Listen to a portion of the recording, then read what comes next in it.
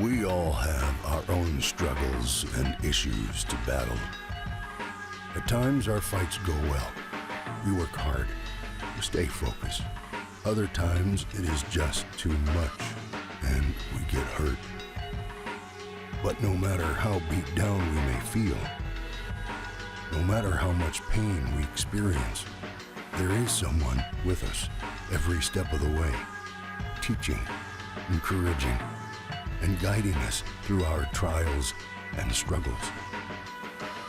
We have someone in our corner.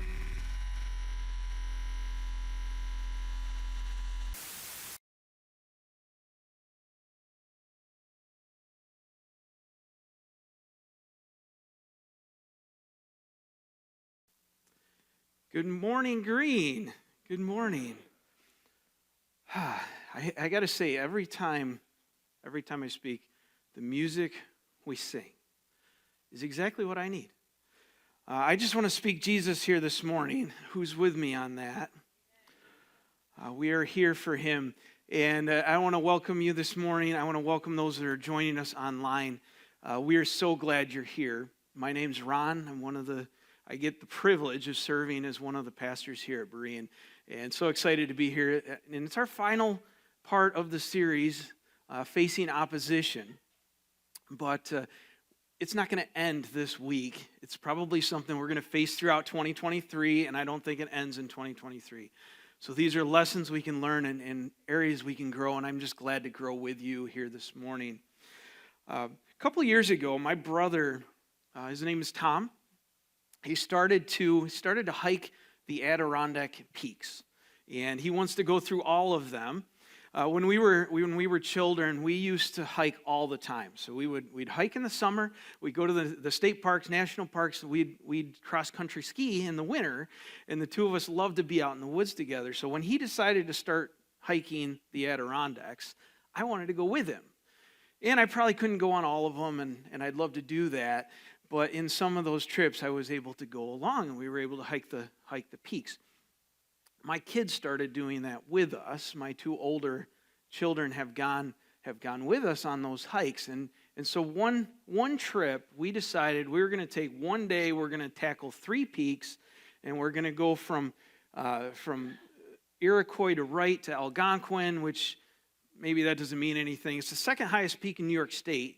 And so we were really going to tackle this on this trip, and we enjoyed the hike, but it was a miserable day. It was miserable. It was rainy, it was cloudy, it was cold, and so we hiked those first 2 peaks, and we were in mud. We were slipping on rocks. We were getting to the top, and we're like, it's going to be worth it. It's all going to be good. We'll endure the cold, and we were kind of freezing cold at that point. We made it to the top of the first 2 peaks, and this is what we got to see. Clouds, fog, and that's what we met that day, and we were kind of disappointed. We've done all this effort. We put all these miles in. And I think, I'm not sure how many miles at that point, but we put a lot of work into it. Maybe it's time to call it quits, head down, get warm, snuggle up in our camper and turn the heat on. But we didn't. I struggle with this thing called goal orientation. When I set a goal, I go for it. And I don't stop, and nothing gets me to back down. And my brother's very similar. And so we tackled the 3rd peak. And so we start up this 3rd peak, and we're looking forward to the end of our day. And as the trip went on, it got harder and harder, and we started to look at stone that just went straight up. How are we going to get over this? We're already tired. We're already worn out.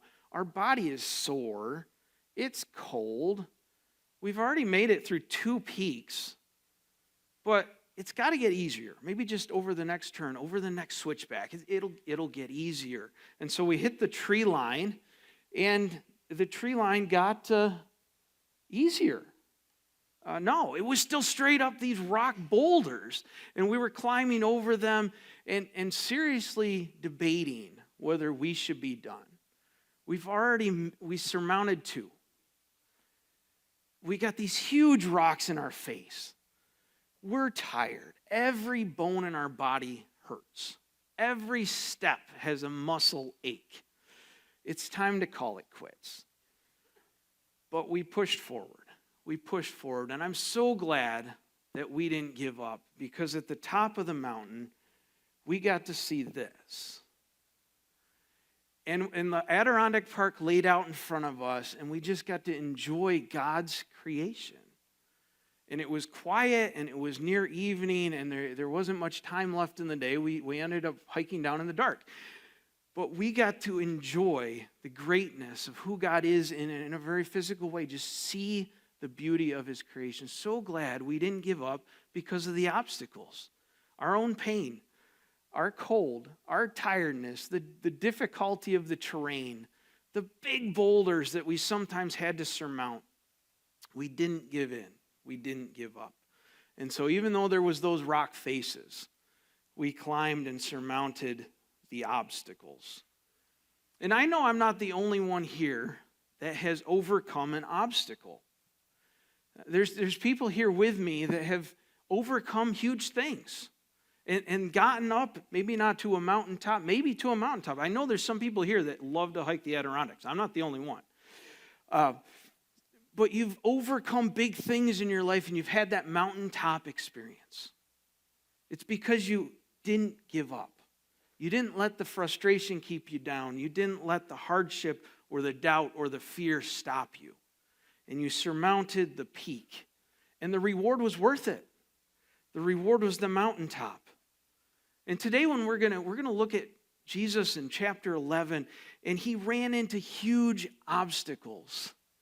Huge obstacles. I think we've seen that all the way through this series. Jesus has run into obstacles. But despite the criticism, despite the doubt, despite the fear, despite his own strong emotions on this day, he refused to back down. He didn't give up. He went forward, and he accomplished a mountaintop experience, one of his greatest miracles. And we're going to look at that together. It's a day that would change his nation. It would change his history. It would change the future. And it happened in John chapter 11. So if you would turn or tap with me to John 11. In the chair Bible, I'll be on page 863. And we would love it if you need a Bible, you would want a Bible that's easy to read, or you need one, just take this home as our gift. We'd love you to have that gift. John chapter 11, Jesus running up against obstacles, but running into his biggest miracle yet. Take a look. Verse 1. A man named Lazarus was sick. He lived in Bethany with his sisters, Mary and Martha. This is the Mary who later poured the expensive perfume on the Lord's feet and wiped them with her hair. Her brother Lazarus was sick, so the two sisters sent a message to Jesus, telling him, "Lord, your dear friend is sick." But when Jesus heard about it, he said, "Lazarus' sickness will not end in death. No, it happened for the glory of God, so that the Son of God will receive glory from this." Jesus and the disciples hear the news. Jesus doesn't really seem worried. Mary and Martha are very worried. This is the worst sickness their brother has ever experienced. And Jesus is their close friend. He can do something about it. They're very worried. But Jesus, no, this is no big deal. It's fine. This is going to happen so that the glory of God, God's plan happens. And probably about the time this is all taking place, maybe about the time Lazarus actually dies. But Jesus he's not rushing to aid. Jesus waits. He waits 2 more days. And then when he's finally ready to go, he tells the disciples, "Let's go." They object. Look at verse 8. But his disciples objected. "Rabbi," they said, "only a few days ago, the people in Judea were trying to stone you." You remember that from last week? picked up stones. They're ready to stone Jesus. And so Jesus and the disciples headed to the area of the Jordan River, and it was safe over there. The disciples are like, hey, we waited 2 days already. It's dangerous back in Jerusalem, back in the area that we're headed to. Bethany is right near Jerusalem. Are you crazy? Let's not go there. But here's how Jesus replied. He says, there are 12 hours of daylight in every day. During the day, people can walk safely. They can see because they have light in this world. But at night, there is danger of stumbling because they have no light. Sounds a little confusing. The idea is, Jesus is saying, now's the time for me to do God's work. Now's the time. We've waited, but now's the time. Let's pursue this together. The disciples said, Jesus says, our friend Lazarus has fallen asleep, but now I will go and I will wake him up. I will wake him up. Now, understandably, the disciples are a little confused. They misunderstand what Jesus is saying. Lazarus has died. They have this kind of discussion back and forth, but in the end, they head off to Bethany. They're not going to let the obstacle keep them from Bethany. They're not going to let Lazarus' death keep them from Bethany. They're headed in that direction. Take a look at verse 17.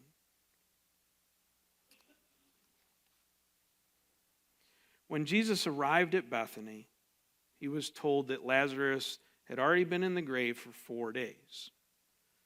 Bethany was only a few miles down the road from Jerusalem, and many of the people had come to console Mary and Martha in their loss. When Mary got word that Jesus was coming, she went to meet him, but Mary stayed back at the house. And Martha said to Jesus, Lord, if only you had been here, my brother would not have died. But even now I know that God will give you whatever you ask. Martha was wrestling with her grief. She believes that Jesus had the power to fix this. He had the power to take care of this problem. And so she throws this what if out there. What if you had been here? You could have fixed this. But I love as Mary's wrestling with all of her frustration and her grief, she simply believes. She still believes. She says, Jesus, whatever you ask, God's going to do it. I still believe. And Jesus responds to her and says, your brother will rise again. Yes, Martha said. He will rise again. Everyone else rises at the last day. And Jesus told her, I am the resurrection and the life. Anyone who believes in me will live. Very clear presentation. I'm the life. He says, even after dying, everyone who lives in me and believes in me will never die. Do you believe this?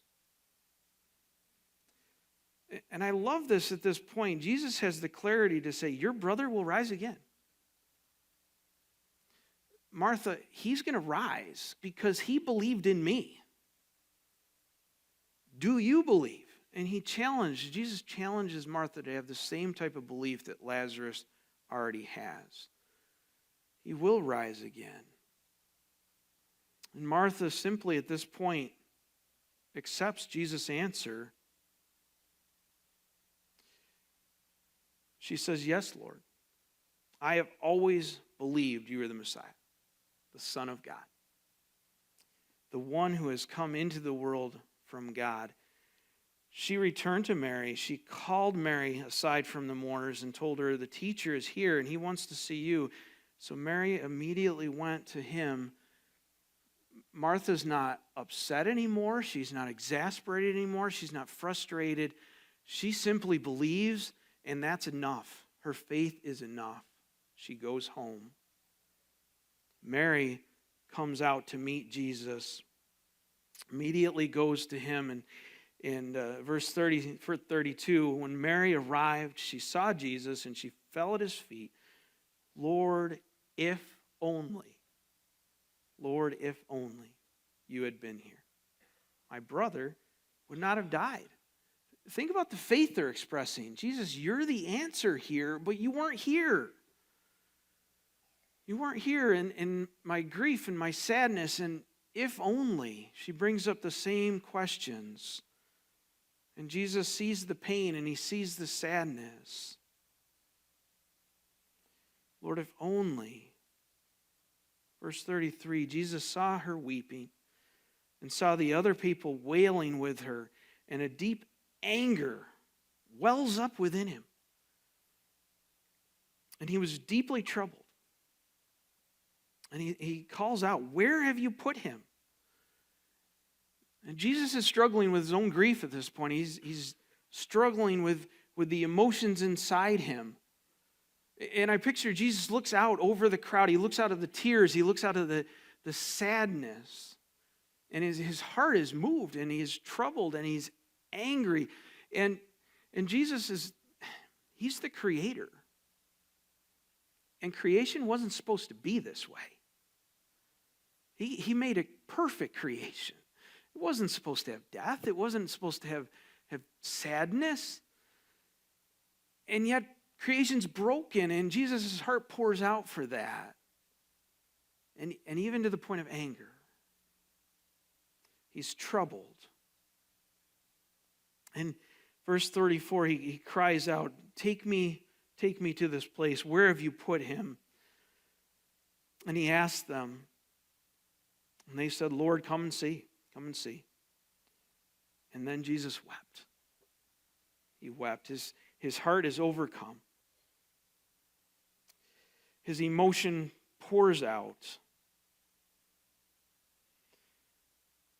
The people who were standing nearby said, see how much he loved him. They could see the emotion on his face. But then others, at the same time, struggle with grief, struggle with difficulty of his creation. And then other people said this man healed a blind man. Couldn't he have healed Lazarus? Like, if he did all this for other people, Lazarus is his friend. Couldn't he have helped him? So you have the frustration of people, the challenge of people. Couldn't you have stepped up and fixed this?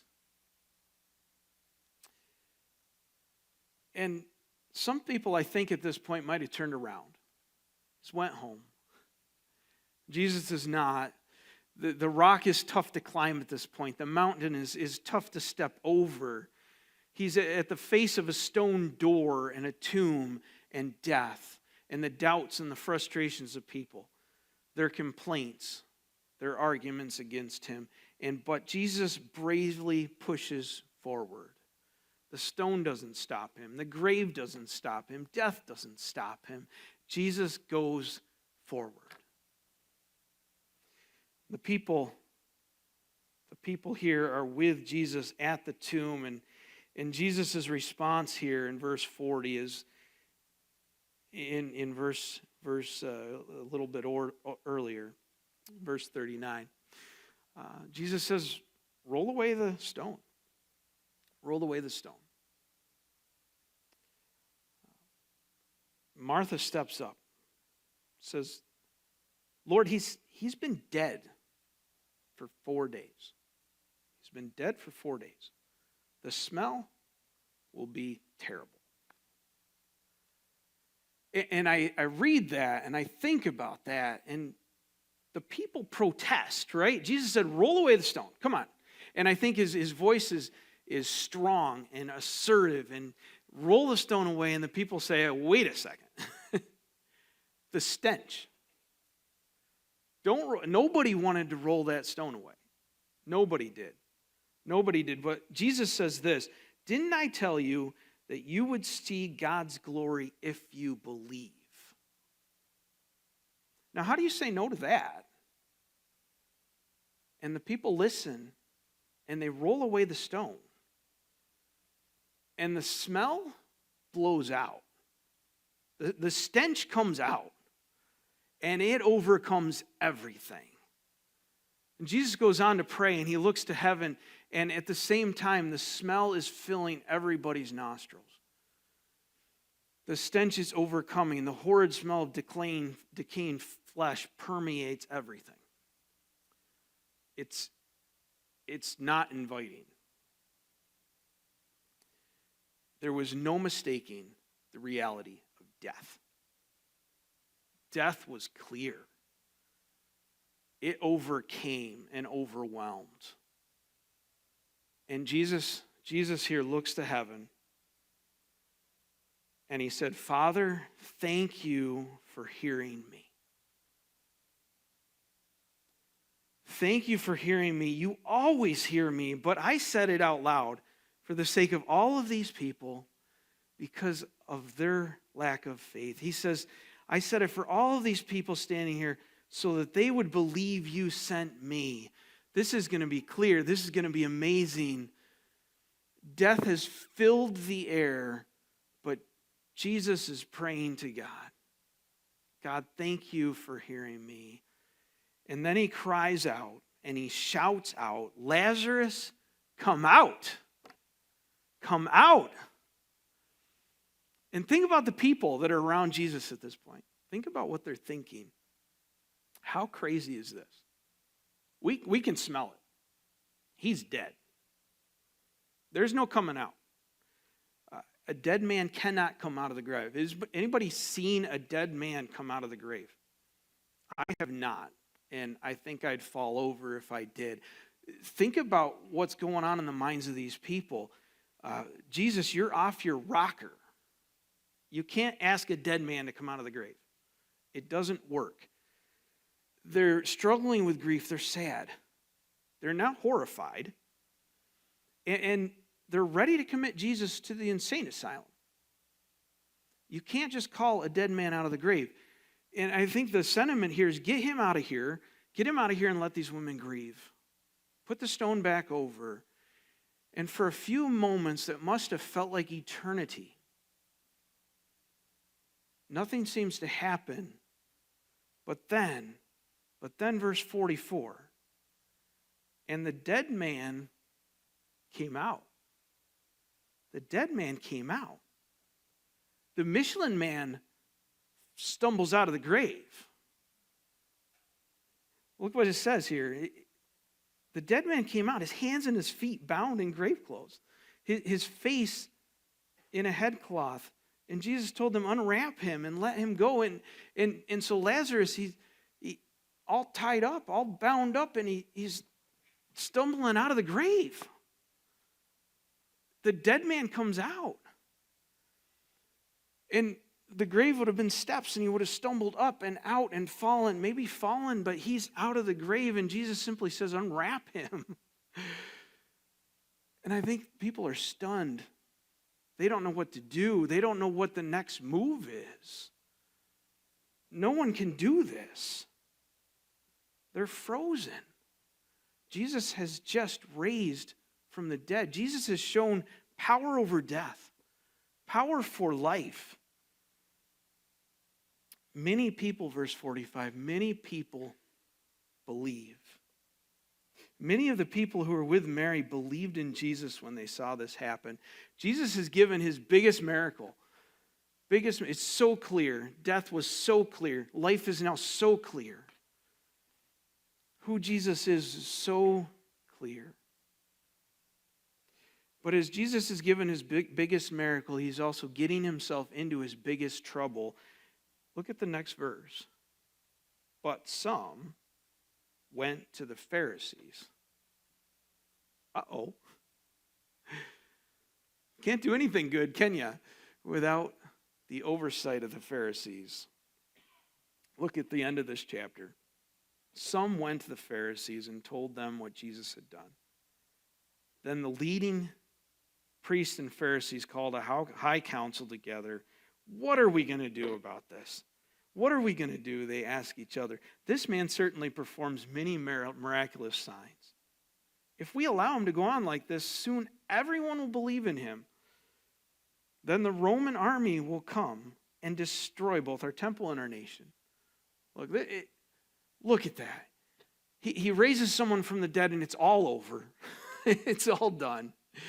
They're maybe arguing about resurrection itself. They're arguing about who Jesus is. They're arguing about what they're going to lose. We could lose our power. We could lose our nation. Look at the Roman Roman control. They're going to come in and take the temple. Ah! We're going to lose it all. And their chief priest comes in with a solution. Caiaphas, who was the high priest at that time, he said, "You don't know what you're talking about. Don't you realize that it's better for you that one man should die for the people than for the whole nation to be destroyed?" He didn't say this on his own. As the high priest at that time, he was led to prophesy that Jesus would die for the entire nation. And not only for that nation, but to bring together and unite the children of God from around the world.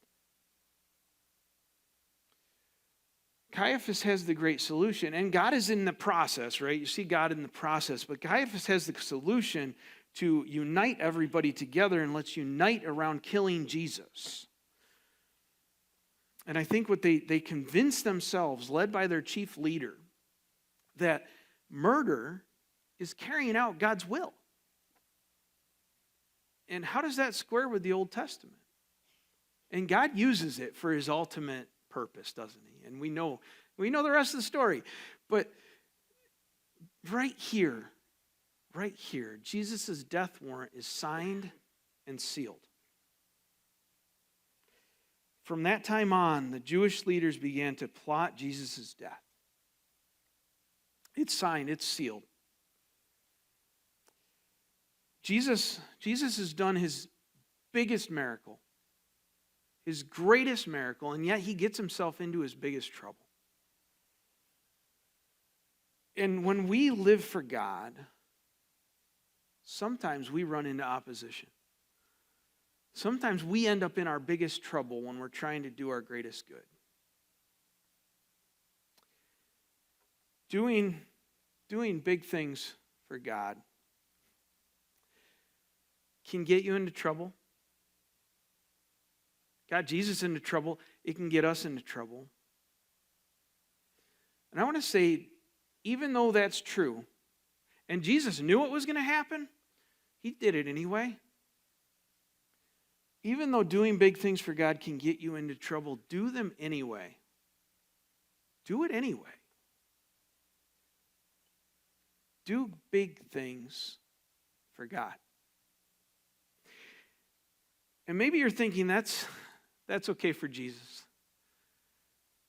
Jesus is God after all. He's also our role model. But maybe you're thinking, it's just me. It's just little old me. I've got no special power. I've got no genius. I'm not that strong.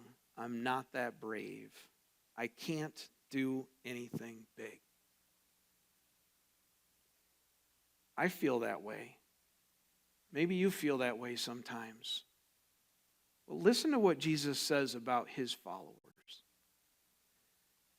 Jesus said just a little while later, just a few days down the road, he says, "I tell you the truth, anyone who believes in me will do the same works I have done and even greater works because I am going to be with the Father."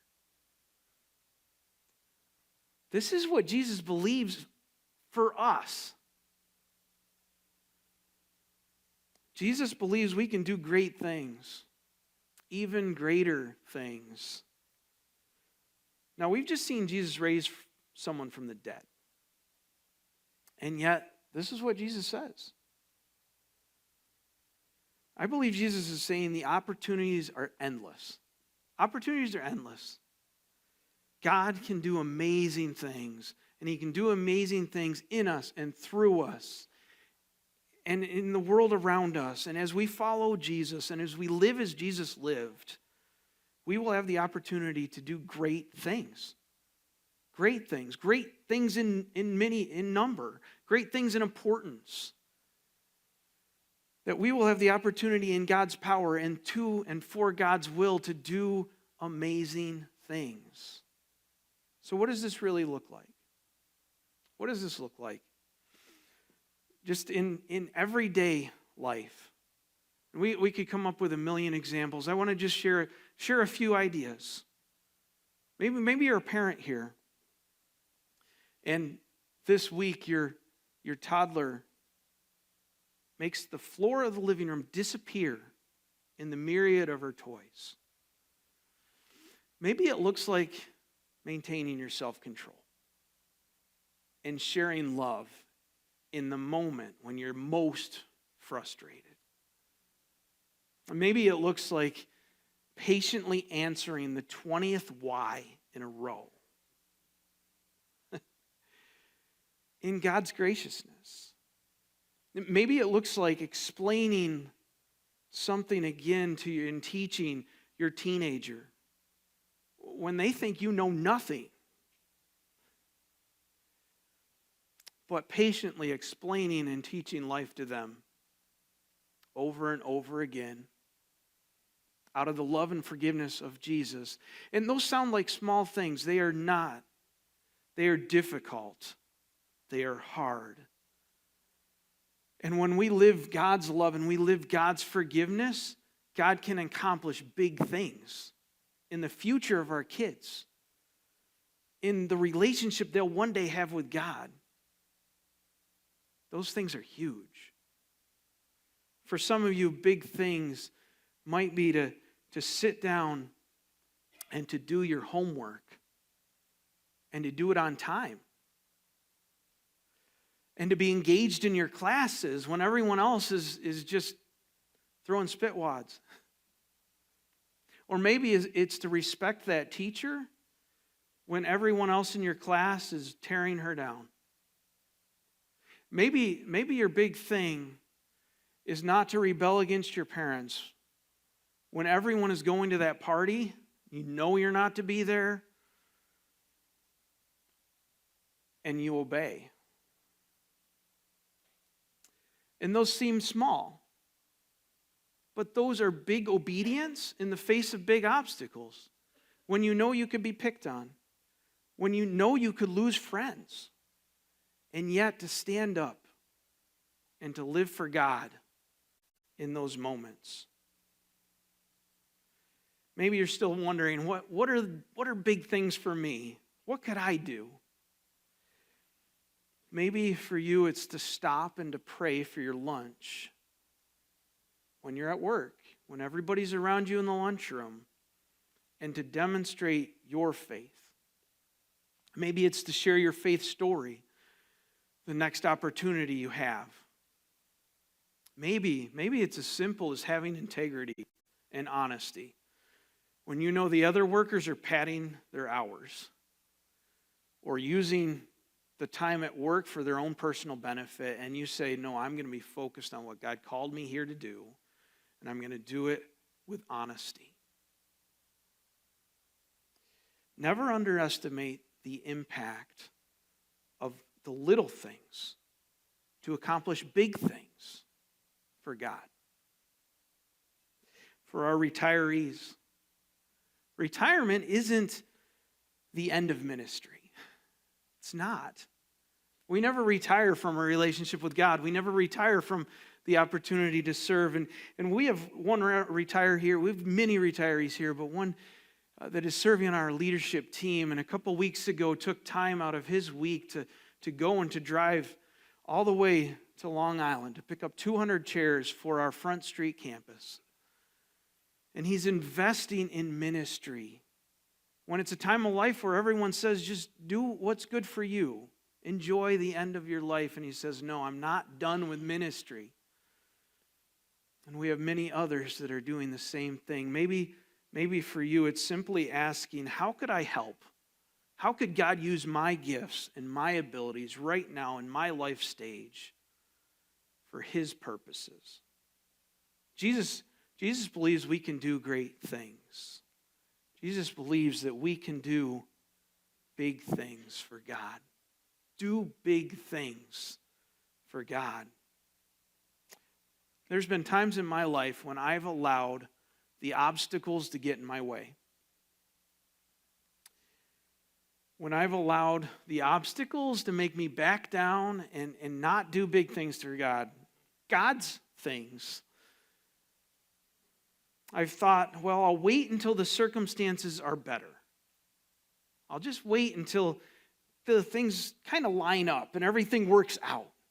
And then I'll pursue that opportunity.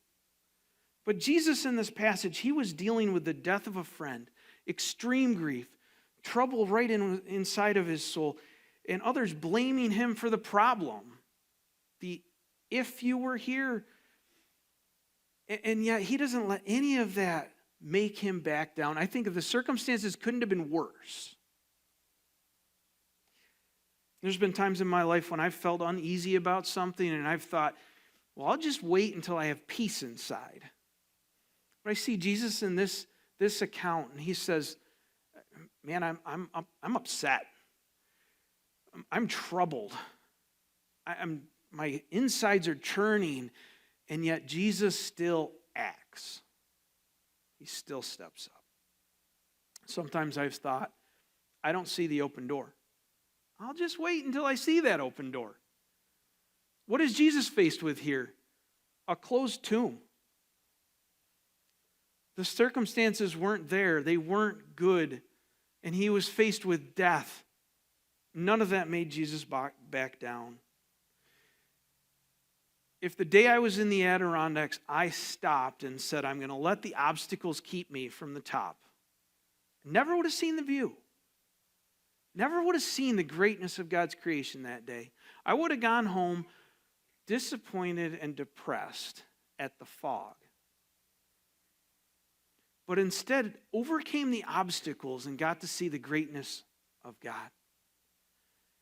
And when I back down in my own spiritual life, I fail to see the greatness of what God can do.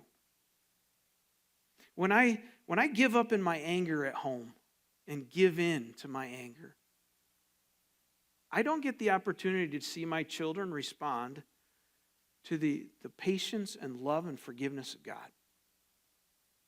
When I give in and hesitate to share my faith, I miss seeing God's transformation in the life of others. When I back down from a confrontation because I'm worried about the opinions of other people, I miss out on the opportunity to see God work. I miss out on the chance to see him change the hearts of others. Jesus didn't allow the obstacles to stop him. He didn't back down.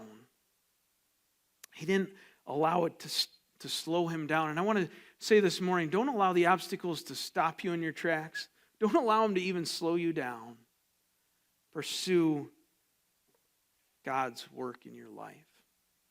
Not even death could stop Jesus.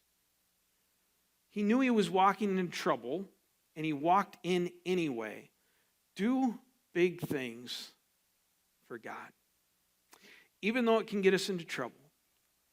Even though it can be frustrating. Even though there might be opposition. And when you do, when you pursue God's work in your life, you're going to see a great God. You're going to see him show up. You're going to see him make your faith stronger. You're going to see God help you take the next right step. God's going to give you more and more confidence as you step up and act for him. When you do big things for God, you're going to see how amazing and how great and how big our God is. And when we back down, we miss all that. I have confidence that Bereans are going to continue to do big things for God. And I want to share with you why. Because it's a part of our DNA. It goes all the way back to the beginning of this church, and it continues throughout our history, and it continues today. Bereans are willing to step up and do big things for God.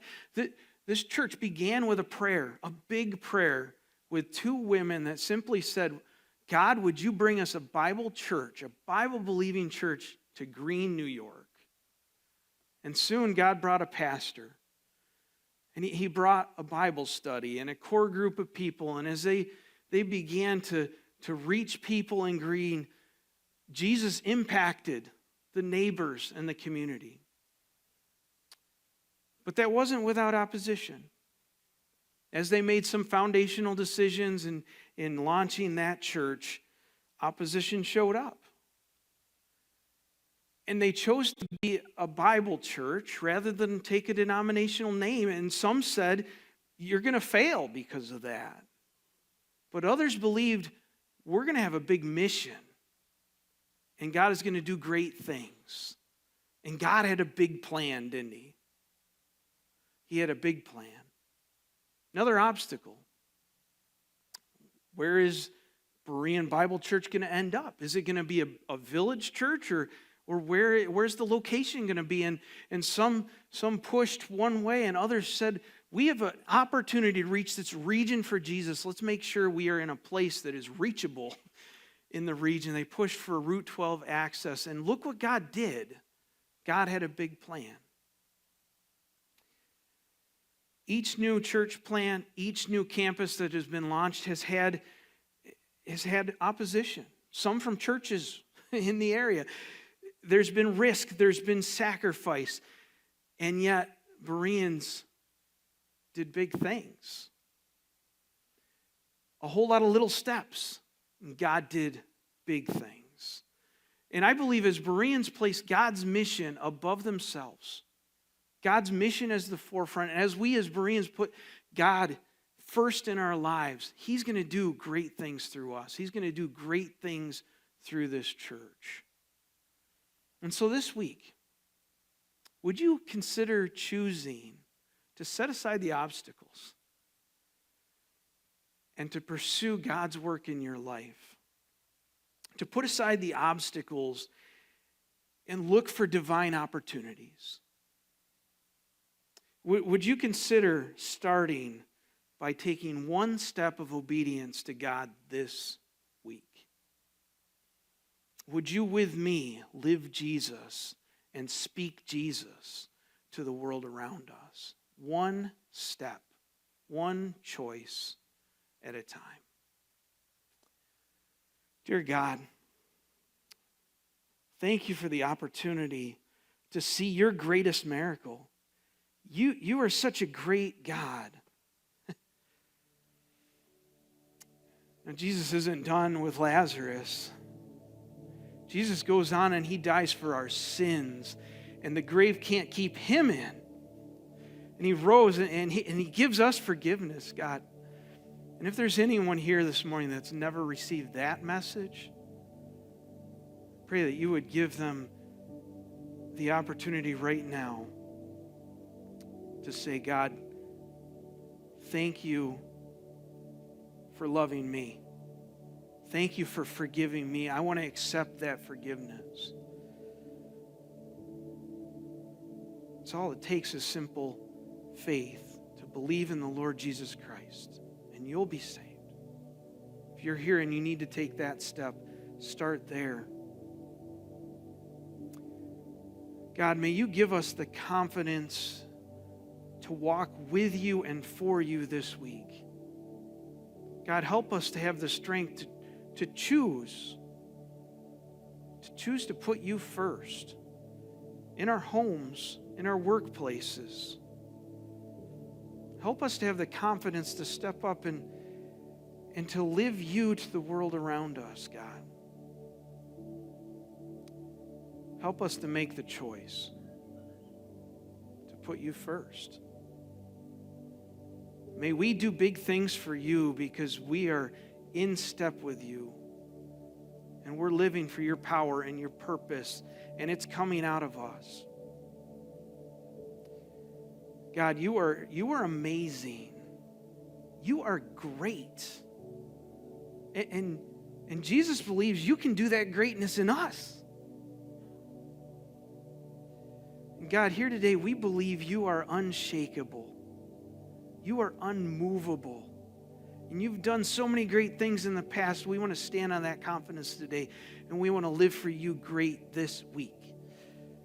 Help us to have the strength to do that, the faith to do that. May we step out on our great God.